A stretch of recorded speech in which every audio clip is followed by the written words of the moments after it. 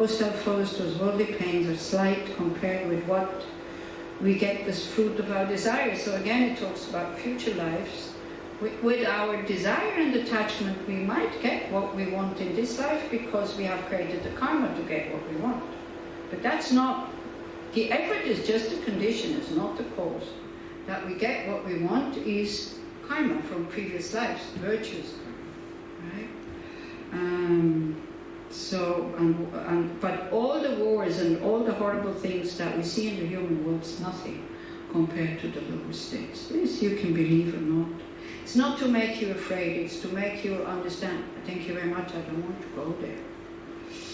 And so revolted by our lust and wanting, let us now rejoice in solitude. In places where all strife and conflict cease, the peace and stillness of the green wood. Does it sound attractive? To some, some people it really makes them drop everything because they have the possibility to drop everything and whoop, they go into retreat. It's worthwhile. If it touches one person and 50 others get upset about hearing it, but if one really thinks, that's what I want, perfect. And sorry about lust and wanting, let us now rejoice in solitude in places where all strife and conflict cease. This I have to please others. What will they think of me? What will happen to me when I die? What will happen to me in my old age? People ask me, who will care for you when you cannot care for yourself? I don't know.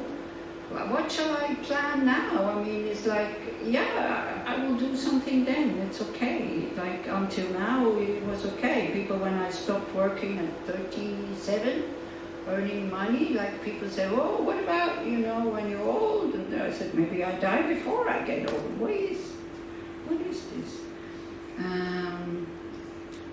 So the conflict ceased, this whole conflict about, because the conflict is in us. We want to be generous, we want to be ethical, we want to be patient, we want to be kind, we want to be loving, but we're not. And that creates conflict. In solitude, there's nobody there that, shall I not? Yes, what? Do you see what I mean? That's why we're so confused, because we have these natural inner human values that we're not living. We're not living them, we're not capable. But we want it. And we don't put enough, we might put effort into developing them and trying to lift them, but we might also not. Then it's even more confused. You want something like me, I want a body without pain, maybe, but I'm not doing anything to get it. That's very confused. So I have to let go of the want, or do something to get it. We all want to be happy, we all want to have happiness, we all want to be without troubles and all this, but we're not going for liberation and enlightenment. We're arranging the wrong place here. That's the conflict. If you are in solitude, that conflict ceases. I'm going for enlightenment.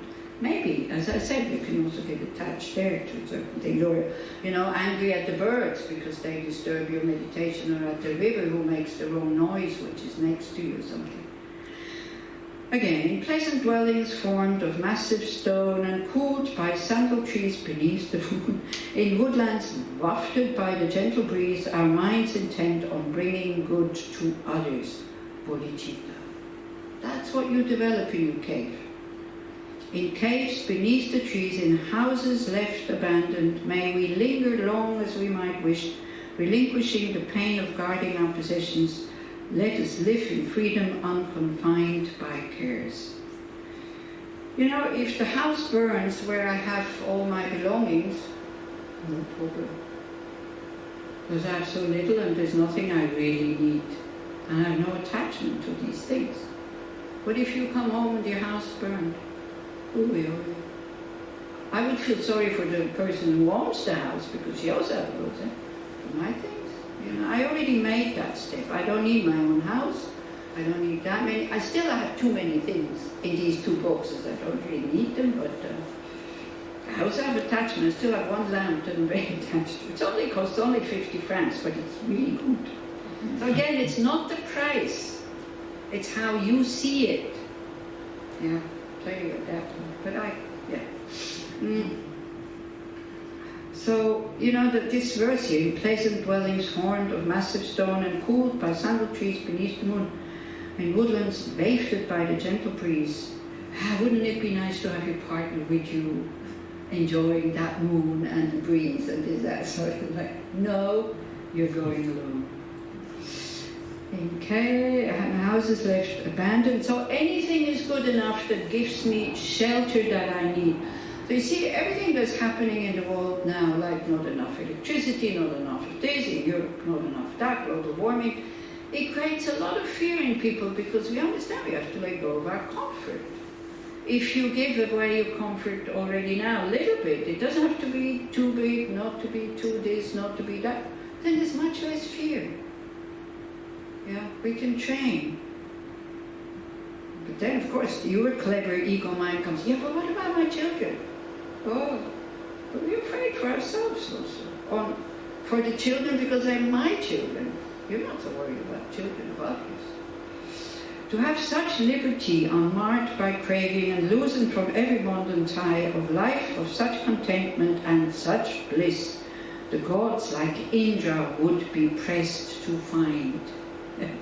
Indra is the head of the Hindu gods, right? So it's a bit, maybe the Hindu gods who don't, if you know the Bhagavad Gita, what's happening? It's peaceful, loving in the Hindu heaven. If you have anybody knows the Bhagavad Gita, you know these stories about the Hindu gods, there's constant war going on. The Greek gods. Yeah, so he's the head. So this is why poor Indra, he has status, he has power, but he has all these conflicts that he needs to solve here. So it's much better to be a poor monk somewhere in a broken down house that gives me enough shelter from the rain than Indra, who is the highest of the gods. That's what this verse is all about. So even Indra would get, reflecting on such ways as these upon the excellence of solitude, pacify completely all discursiveness and cultivate the mind of bodhicitta. Strive at first to meditate upon the sameness of yourself and others. In joy and sorrow all are equal, thus the guardian of all as of yourself. Okay, so that's what we do next weekend. Bodhicitta part. It's much more elating. Because it brings up our good side. But don't forget, he goes first to solitude, to be then able to exchange his happiness for others so he doesn't suffer when he exchanges happiness for others. Like, you have one piece of cake, you're a mother and a child. Only one piece, you can't separate it. Are you happy when the child eats it? Are you suffering when you don't eat it? It's not good how I ask, because one is yes and the other one is no. Right. So it's okay, we don't suffer. We actually give it, we're very happy when the child's eating.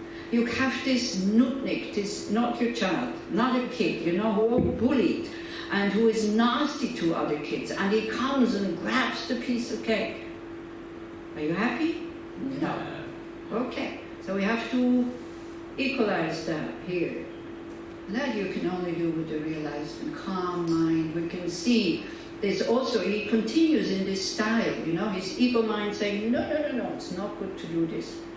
What I do with teenagers sometimes, I tell them to write down on the blackboard or whiteboard advantages of putting others before your happiness, disadvantages. They come only up with disadvantages, especially in Israel. Not one advantage. Teenagers, why should I put somebody's happiness along with mine? Then as they grow up, they start to see that, people start to like me, and it's nice, I feel better, and all this. But the smaller kids, you give one thing to one of your children, and the other one, he doesn't really want it. But the fight, the jealousy, the kind of unreasonable, I want this, it's like us. We don't need fame, we don't need too much wealth, we don't need this, we don't need that. But we work with like kids. when they kind of fight for a toy which there's only one. Before absolute peace, there was no toy. One takes the toy, you know the situation better than I do.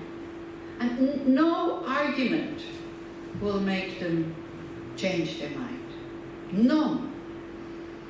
So this is why Shantideva uses these very strong things, staying in the bodhicitta part, to make us change our minds. He uses very clever arguments. But we need to be intelligent enough to understand them. We need to be intelligent enough to understand what he's actually saying. Yeah. Okay? I think that's it, isn't it? 90? Yeah, right. It continues until 187 or something. So we have about the same amount of verses. Many more tools. You know, here is just where can I develop these tools in a quiet, not conflict way if I have the instructions of a master. In solitude. Does that make sense now? Or, yeah. And in this life you don't have the conditions to do that. Make strong aspiration in my next life. And then look how your ego reacts.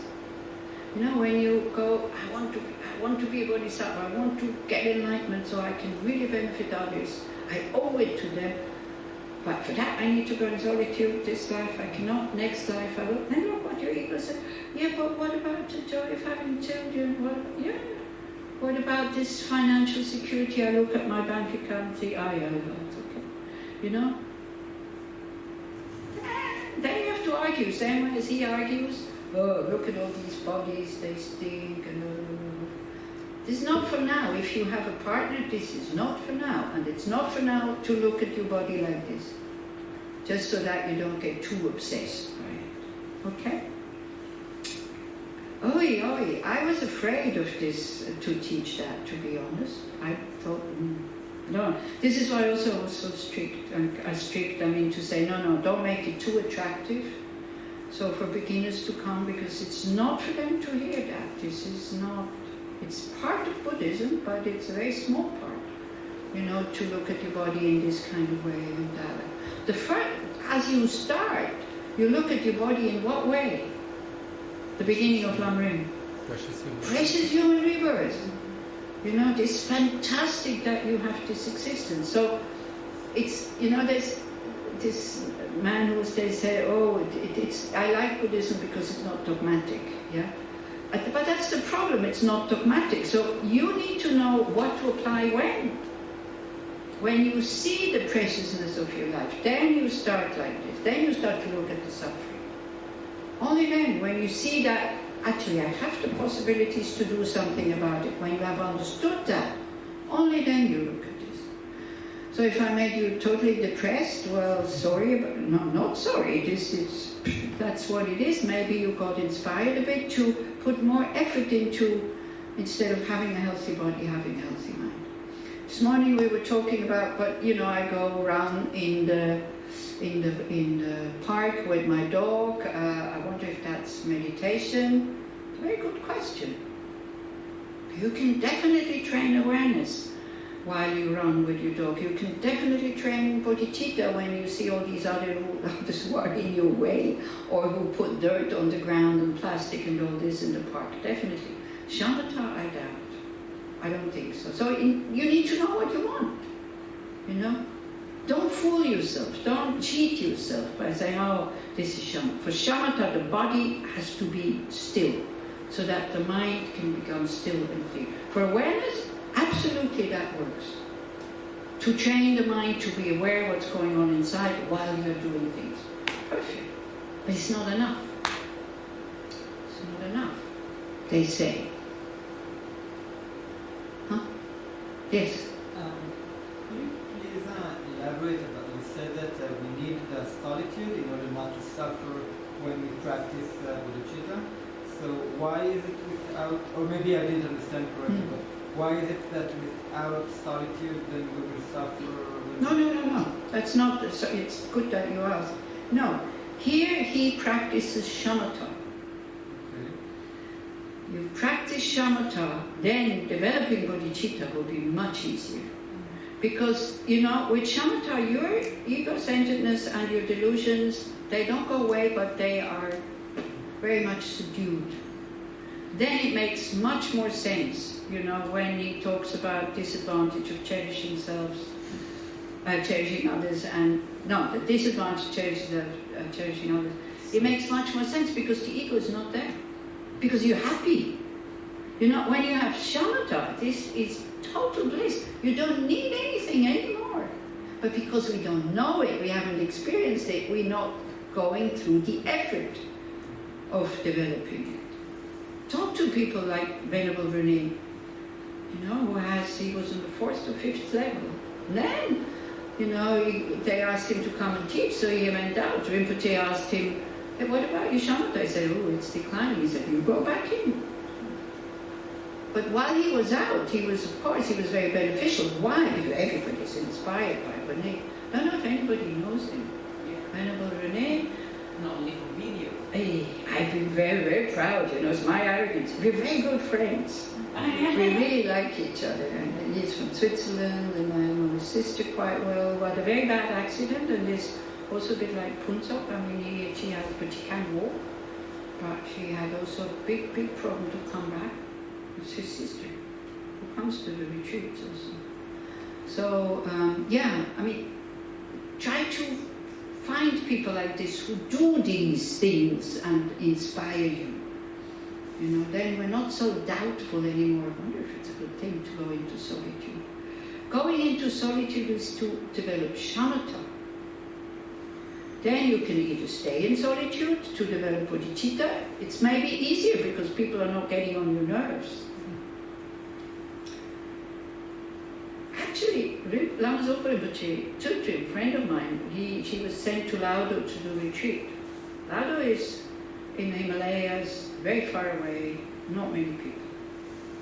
To meditate on, I'm not sure, I think on emptiness.